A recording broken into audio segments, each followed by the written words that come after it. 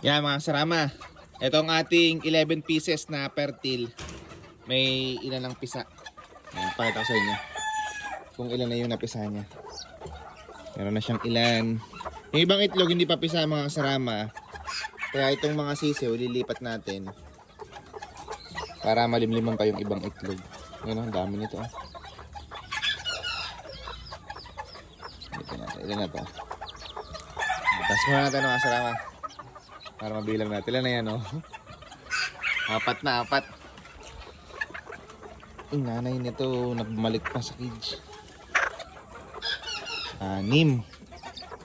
6 na yung pisa na talaga. Ayun, no? Dami. Dami sisi mga sarama, oh. Grabe, oh. Yan. Ibig sabihin mga sarama, may 5 pa na hindi napipisa. Pero, yun, oh. Daming sisiw.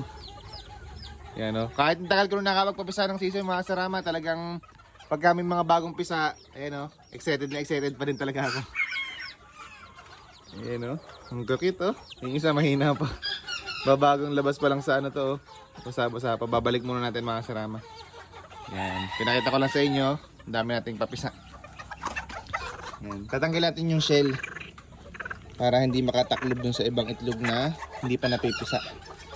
Kasi minsan sumusuot yung shell. Kaya kailangan pagka may shell na, nakapisa, ilalabas nyo na.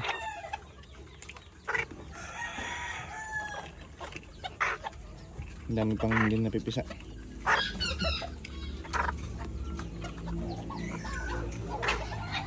Mayroon pang 5 mga sarama. Yung mga sisiw, babalik muna natin.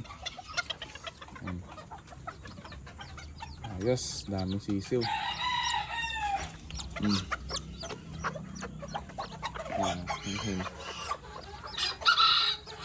Napakabait ng hen na to mga kasarama. Bihirang bumaba.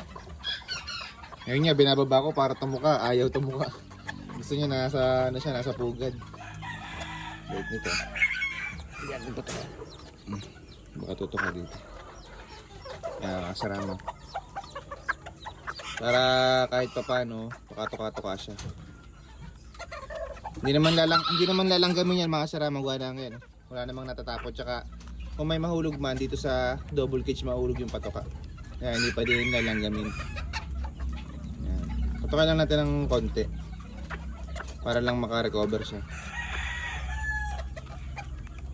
Yan, gutom na gutom, oh. Gutom na gutom sa paglimlim mga kasarama. Pero maganda. Dami na pisa ng 6 na agad. May 5 pa. Hintayin pa natin yung 5. Dami natin sisiw.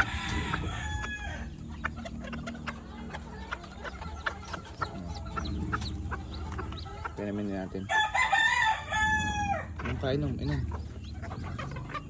Ayaw mo minom. Ayaw mo. So yun lang mga sarama.